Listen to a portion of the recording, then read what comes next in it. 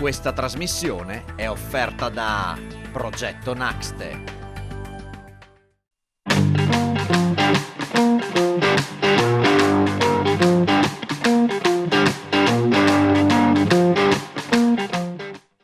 Telespettatori di Friuli, benvenuti qui al Punto, benvenuto al sindaco di Pasini Prato, Andrea Pozzo, benvenuto sindaco. E grazie a voi. Eccoci qua, allora facciamo subito un bilancio su Pasini di Prato, l'amministrazione ha anche approvato mi pare il bilancio, per cui un resumé si può fare. Ecco. Ah sì, assolutamente, diciamo che è il primo bilancio da Covid e devo dire che siamo soddisfatti perché la scelta di operare con un sistema di tassazione legato alla produzione dell'IRPEF in una popolazione che diciamo, effettivamente nonostante la crisi ha continuato a produrre, ha consentito alle casse del Comune di Pasini di Prato di essere perfettamente in linea col bilancio, quindi un bilancio sano, un bilancio che ha confermato tutti gli obiettivi e che ha consentito anche di proseguire con le opere strategiche e programmatiche nonostante il periodo di crisi. Questo è un elemento di soddisfazione perché sappiamo che invece in altre realtà dove invece il collegamento magari con la tassazione è legata ad attività produttive che sono entrate in difficoltà ovviamente con le chiusure, lì ovviamente i conti si devono fare. Io posso diciamo, garantire alla popolazione che il nostro bilancio è sano, è stato approvato tra l'altro senza nessuno scossone, l'ha ampiamente condiviso da tutto il Consiglio e quindi strategicamente corretto. Bene, le tasse come sono presentate? Sono lievitate, stanno calando o meno? Perché qui... Le tasse sono nulle in termini di tasi anche sulle seconde case e anche sugli accessori, basse, molto basse sull'IMU e totalmente collegate invece all'IRPEF. Quindi la scelta del Comune di Pasini di Prato è stata quella di esentare tutte le fasce che producono un reddito IRPEF molto basso e invece procedere con una tassazione di 8 millesimi sui redditi dello 0,8 per quello che riguarda diciamo, i redditi superiori, il che significa che la contribuzione avviene in maniera graduale, chi più guadagna più effettivamente può contribuire ai bisogni della comunità. Questa è una scelta che tra l'altro mi permetto così di dire è sempre stata condivisa praticamente da tutte le forze politiche del Consiglio. Comunque è il massimo, no? Noi applichiamo lo 0,8 che è il massimo proprio perché abbiamo ridotto tutte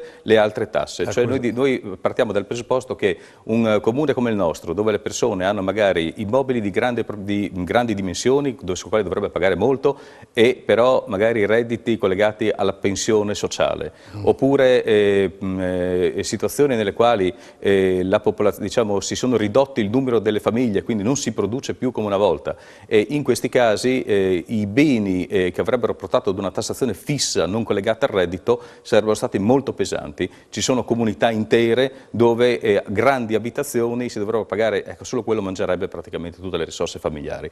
Collegarlo invece soltanto sul reddito significa garantire che se a qualcuno un anno va male non paga niente, se invece ha una produzione di reddito molto alta paga e questo consente. Diciamo, ecco, prima di passare ai progetti per il 22, ci sono due questioni a Pasini di Prato che sono molto, diciamo così, sensibili in questo momento e mi riferisco soprattutto alla viabilità. Il Comune di Udine, tramite il suo primo cittadino Fontanini, proprio qui ha detto che pulirà dai semafori, tra virgolette, tutto il viale Venezia, per cui giocoforza arriveranno a Pasini di Prato, che ha ancora dei semafori, no, il traffico, quindi con tutto quello che ne consegue, la qualità dell'aria, eccetera, eccetera.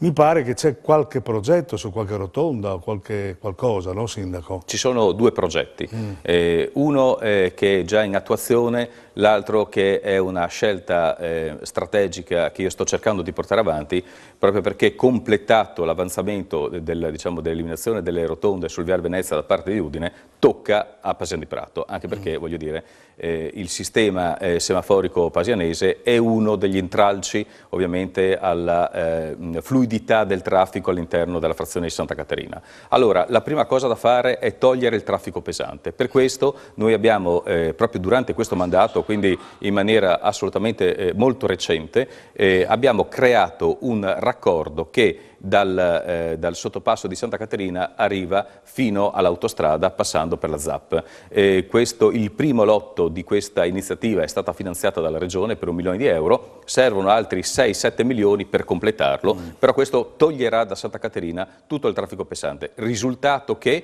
possiamo andare a determinare le rotonde non sul raggio, diciamo, di curva dei mezzi pesanti, ma dei mezzi leggeri, e quindi possiamo finalmente immaginare l'eliminazione di tutto il traffico, una rotonda simile a quella del Viale Venezia, diciamo, in prossimità della chiesa, per capirsi dove c'è, Sì, ecco, sì. e il traffico che entra da via Roma uscirebbe obbligatoriamente sulla destra, in 50 metri e in rotonda prende tutte le direzioni. Togliamo tutti i blocchi semaforici, sia il primo che il secondo, basta una sola rotonda. Ecco, poi c'è la questione molto spinosa in questo momento delle porte urbane, molti si lamentano, lo stanno prendendo sulle firme e addirittura durante la notte più qualcuno viene distrutta perché qualche automobilista passa via dritto, non vede, in quanto non sono visibili di notte perché non c'è questa luce che può illuminare le stesse. Ecco, forse andrà qualcosa rivisto perché proprio è una iniziativa, qualcuno dice, disgraziata. Allora, bello questo termine, disgraziata. Io faccio una considerazione prima elementare e di partenza. Questo tipo di porte urbane sono nate da una iniziativa referendaria sottoposta a tutta la popolazione e che ha chiesto proprio di intervenire con dei mezzi per fare, diciamo, un rallentamento nelle zone 30, e qualcuno, tra quelli che invece sono sostenitori pro le porte, dicono va bene, cade il palo, ma se invece del palo fosse un bambino in bicicletta forse sarebbe anche peggio. Allora dobbiamo prima di tutto partire da un presupposto: nei centri urbani non si superano i 30 km all'ora, perché purtroppo la nostra viabilità non è consona per come è stata costruita nei secoli, è un vecchio, diciamo, sono ancora quelle specie di budelli, voglio dire, che venivano utilizzati una volta dal traffico lentissimo, carri e cavalli, chiaro, e oggi invece abbiamo macchine veloci, e quindi questo è un grossissimo problema. Detto questo, quello che vedete sono le prime sperimentazioni di un intervento che complessivamente costerà 650.000 euro e che vedrà completamente rivoluzionata. Qualcuno a Paese di Prato ha cominciato a vedere intanto le isole, quindi in via Da Vinci ce ne sono un paio, lampeggiante centrale, restringimento della carreggiata, ma ognuno continua per la sua strada. Questo è un sistema, a mio avviso, molto intelligente per costringere le persone a rallentare senza creare quelle inevitabili momenti di tensione che ci sono quando una macchina arriva da una direzione e l'altra arriva dall'altra, una si deve fermare e quindi, diciamo così, crea effettivamente del fastidio. Sicuramente l'effetto rilevato dalla vigilanza delle attuali porte urbane è stato un rallentamento notevole del traffico in entrata, non in uscita, perché anzi chi esce semmai accelera, visto che ha la carreggiata completamente libera. Questo elemento di valutazione ci porta a dire che bene per una parte, cioè tutela e rallentamento e ostacolo alla possibilità di transitare all'interno dei centri urbani, ma è soltanto un primo passo. Gli interventi saranno numerosissimi, avremo tante trasformazioni. Comunque verranno un po' modificati, sì, un po' visibili, perché così sono un po'... Verranno, è chiaro, in questo momento vedete 4 pezzi per terra e un palo, non è che ci sia... bello da vedere. No, esattamente, era l'inizio, diciamo, di quel piano portato avanti da Stradivari e, ripeto, ampiamente sostenuto nel momento in cui ci sono stati incontri, presentazioni pubbliche e anche azioni referendarie.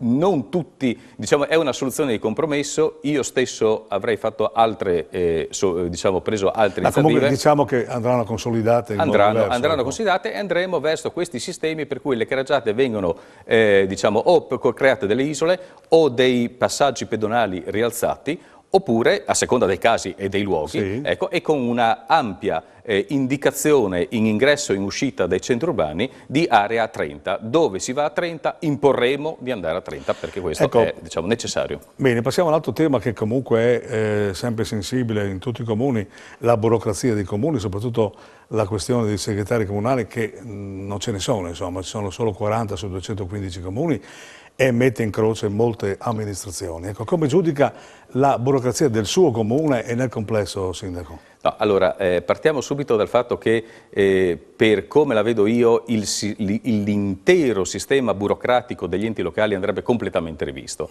E è chiaro che questo dipende dal fatto che la velocità delle decisioni oggi non può scontare la burocrazia del secolo scorso. Noi abbiamo un sistema che è stratificato e che porta ad una certa lentezza operativa. Il comune di Casentino di Prato corre molto più veloce degli altri proprio perché si è data una propria semplificazione e come vedete il ruolo del segretario comunale all'interno del comune di Casentino di Prato è molto ridotto, tant'è vero che noi stiamo facendo tutto senza il segretario comunale.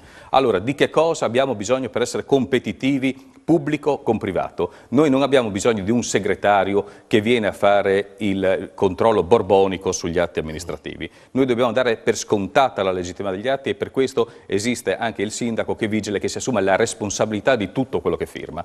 Noi abbiamo bisogno di un dirigente, abbiamo bisogno di una persona che sia in grado di creare quella dinamicità nella azione amministrativa in modo che quando il sindaco e la giunta danno un ordine sia immediatamente eseguito ed sia esattamente conforme a quello che serve per essere in un mondo che è in una concorrenza che in questo momento è asimmetrica, nel senso che il privato corre con figure professionali di alto profilo, il pubblico invece deve andare nell'albo dove trova 4 persone, comuni interi non governati, indisponibili e quello che viene non è detto che abbia le professionalità. Adesso c'è anche un problema, la pandemia insomma è un po' complice. Bisogna prendere gli appuntamenti, qualche volta la gente anche si spazientisce perché non riesce a trovare il telefono, non risponde. In tutti i comuni, diciamo così, c'è questo problema che in qualche modo frena un po' la noi adesso siamo addirittura in arancione, quindi c'è gente addirittura che non può neanche entrare più in municipio, cioè è una situazione difficile. Noi abbiamo messo a disposizione tutti i sistemi telematici per poter operare, chi non ce la fa deve chiamare il servizio di riferimento e prende un appuntamento. Se proprio non combina, si suona il campanello e gli viene dato un appuntamento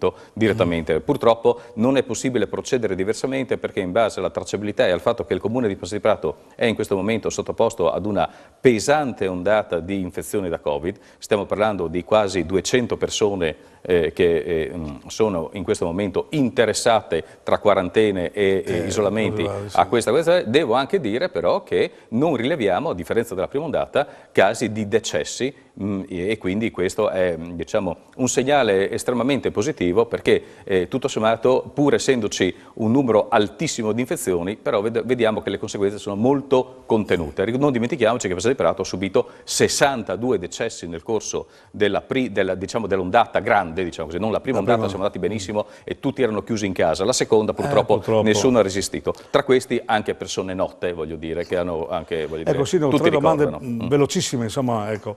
L'opera dell'anno quale vorrebbe?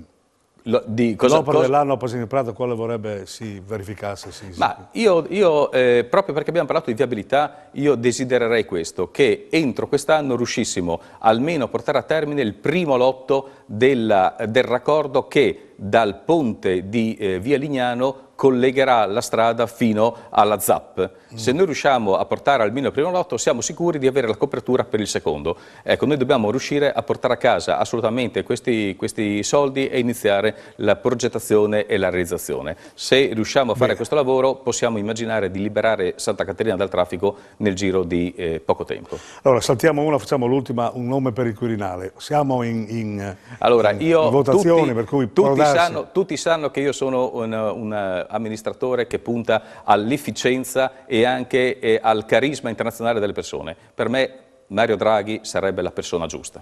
Bene, allora con questo auspicio del sindaco di Casentino di Prato chiudiamo questa bellissima chiacchierata. Grazie per l'intervista, caro sindaco. Naturalmente alla prossima. Arrivederci. Sono veloci, bene, no? Ah, sì.